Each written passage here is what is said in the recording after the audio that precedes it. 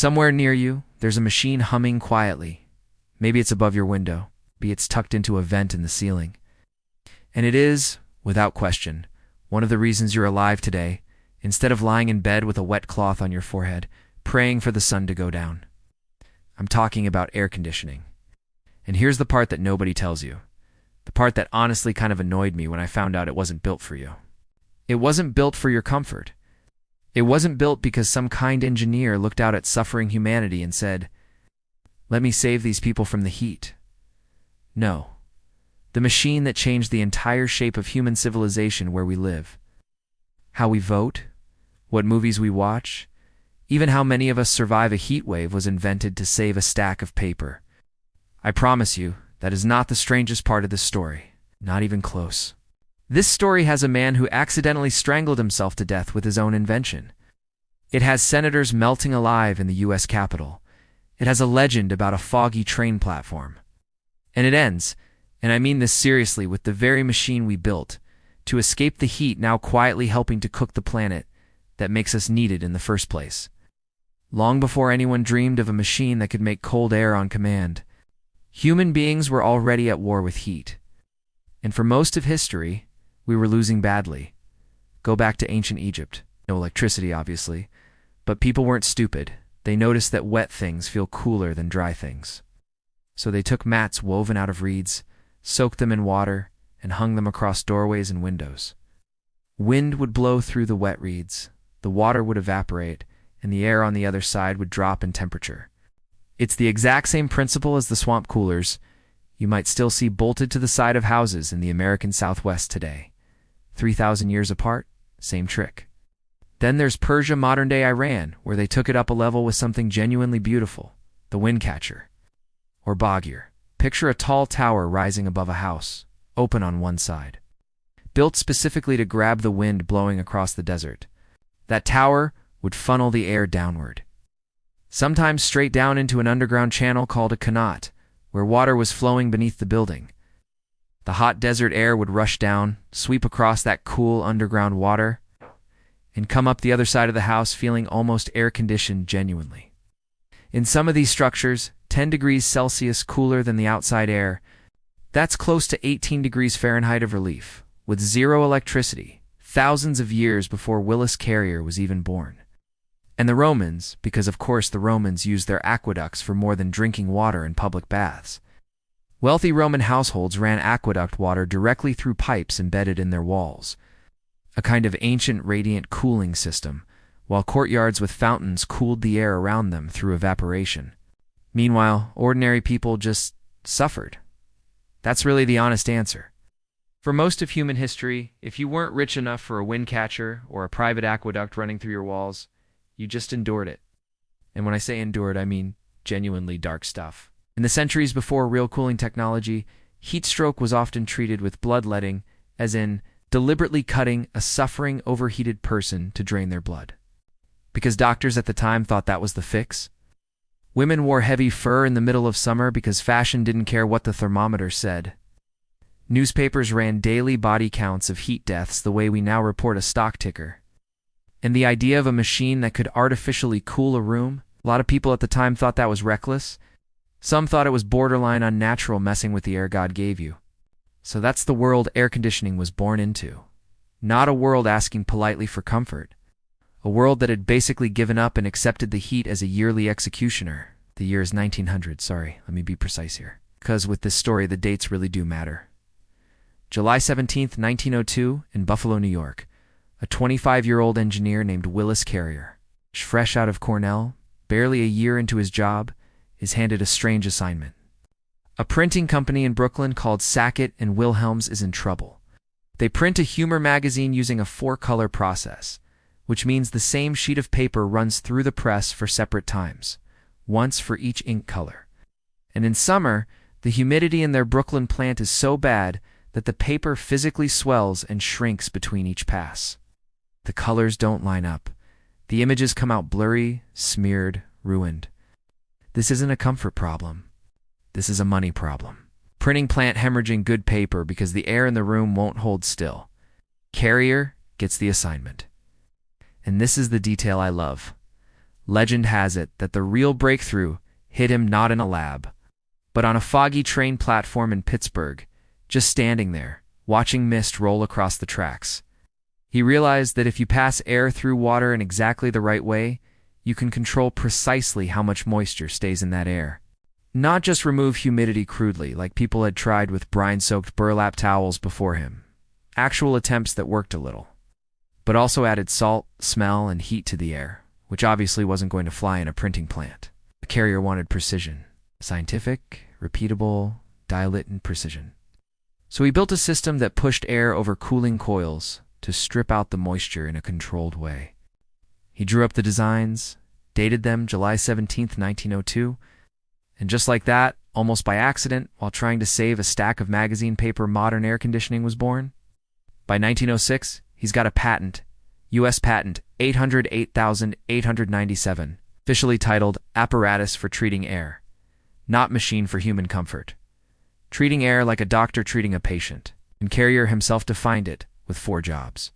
Control the humidity, control the temperature, control the air circulation, and clean the air for functions. That definition, from over a century ago, is basically still the job description of the box humming outside your window right now. And here's the thing that really gets me for years. Nobody was thinking about homes. The first places to get this technology were places obsessed with production, not comfort. Textile mills that needed precise humidity so thread wouldn't snap, munitions factories in World War I that needed workers functioning at full efficiency, a gold mine in Brazil in the 1920s that used air conditioning to make deep shaft mining survivable in tunnels that would otherwise cook a person alive. Carrier's invention even ended up protecting Michelangelo's Sistine Chapel. With humidity sensors placed 30 feet above the floor to preserve colors that had survived since the Renaissance, comfort actual, I just want to feel nice in my living room. Comfort came almost as an afterthought. Decades later, so how did we get from factory floors to your bedroom? Honestly, through the movies. In the 1920s and 30s, movie theaters were among the very first public spaces in America to install air conditioning. And theater owners figured out something brilliant, almost by accident. People didn't just come for the film. They came for the cold.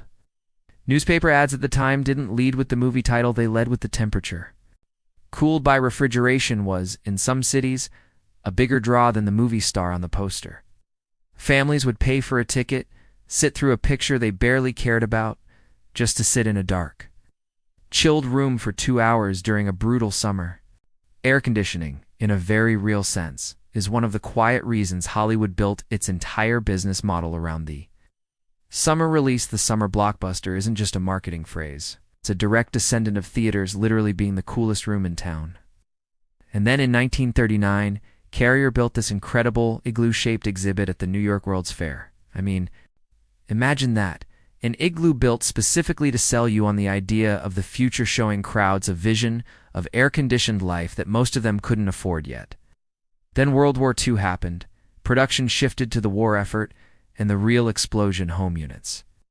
Window units. The middle-class dream of a cool bedroom didn't really take off until the booming 1950s. But once it did take off, it didn't just cool rooms. It rearranged the entire country. This is the part of the story that genuinely surprised me, and I think it'll surprise you too. Air conditioning may have reshaped American democracy itself. Start with Washington, D.C., built, more or less, on a swamp. With summers so brutal that for most of the 1800s, Congress simply didn't meet during the hottest months. It wasn't until the 1930s that a central air conditioning plant was installed across the Capitol and its office buildings. Reporters at the time practically celebrated it in print, joking that summer work was no longer the broiling, death-dealing business it used to be for elder congressmen. Lawmakers could finally debate policy without risking heat stroke while doing it. But the bigger shift happened outside Washington. Once home air conditioning became affordable and reliable after the war, huge numbers of Americans, especially retirees from the colder North, started moving to places that had previously been considered borderline unlivable in summer. Florida, Arizona, Texas, Nevada. Between 1940 and 1980, the warm climate southern states gained around 29 electoral college votes, while the colder Northeast and Rust Belt states lost about 31. That's not a small demographic ripple. It's a fundamental rebalancing of political power in the world's most powerful democracy and more than a few historians will tell you.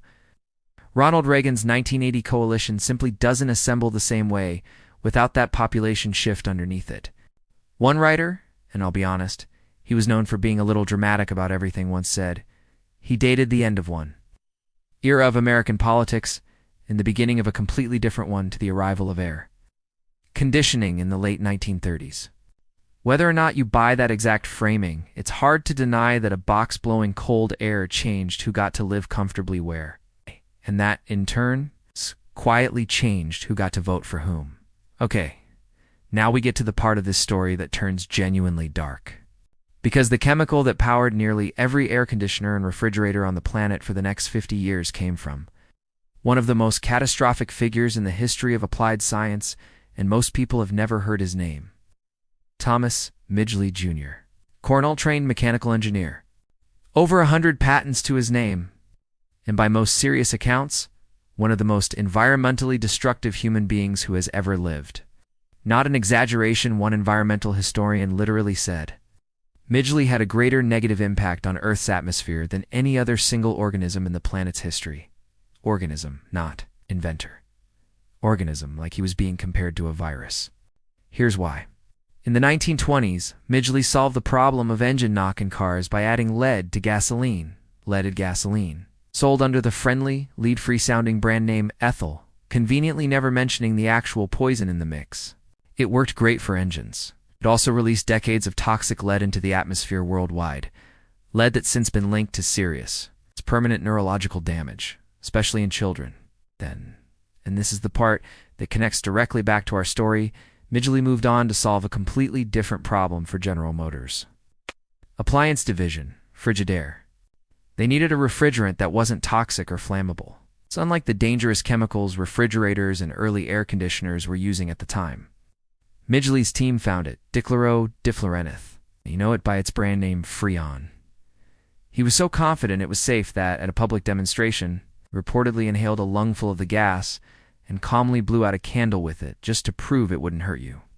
For decades, Freon and its chemical relatives, the CFCs, became the standard refrigerant humming inside air conditioners and refrigerators across the entire world. Nobody knew, not for another 50 years, that these same safe chemicals were quietly tearing a hole in the ozone layer, the very shield protecting life on Earth from ultraviolet radiation. It wasn't until the 1980s that scientists connected the dots. In 1987, the world signed the Montreal Protocol to phase CFCs out completely, and Midgley himself. He never lived to see any of it unravel. In 1940, he contracted polio and lost the use of his legs. Ever the tinkerer, he built himself a system of ropes and pulleys to hoist himself out of bed without assistance. In 1944, he was found dead, tangled in that very device, strangled by the machine he built to help himself. The coroner ruled it a suicide, though it's often repeated almost too poetically, as an accident, the inventor killed by his own invention. I'm not going to pretend that's not a genuinely unsettling piece of history to sit with. The same mind that helped give the modern world cool air also poisoned a generation of children with lead, and tore a hole in the sky, and then, in the cruelest possible irony, was undone by a machine of his own making. History doesn't usually hand you symbolism this clean, but there it is. There are roughly 2 billion air conditioning units running on Earth at this very moment. The International Energy Agency projects that number could nearly triple to somewhere around 5.5 billion by 2050, which, if you do the math, works out to something like 10 new air conditioners being sold every single second. For the next 3 decades straight, cooling already eats up close to 1/10 of all the electricity consumed on the planet. In some of the hottest countries, air conditioning alone can account for over half of the electricity demand on the worst days of summer. And here's the loop that should genuinely unsettle you. Most of that electricity still comes from burning fossil fuels, which means the hotter the planet gets, the more air conditioners we run to survive it, and the more air conditioners we run, the more emissions we pump into the atmosphere, which makes the planet hotter, which means we need even more air conditioning. It's a feedback loop, closing in on itself, and we are right now living inside it. There's something almost unbearably poetic about that, isn't there? A technology born from one man's obsession with controlling the air around him, a technology that moved industries, filled movie theaters, shifted elections, and saved an untold number of lives from heat stroke has grown so large, so essential, that it's now part of the very problem it was invented to help us escape. So the next time you walk into a cold room in the middle of a brutal summer and feel that instant wave of relief, that machine on your wall has a bigger story behind it than almost anything else in your house. It started with a stack of ruined magazine paper in Brooklyn. It was carried forward by a man who accidentally invented two of the most damaging substances of the 20th century and was killed by his own device. It rearranged where Americans live and who holds power in Washington.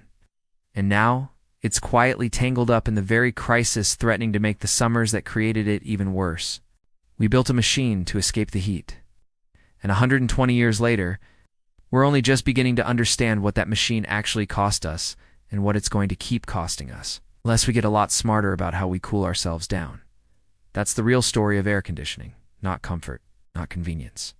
120 years of unintended consequences, one cold room at a time.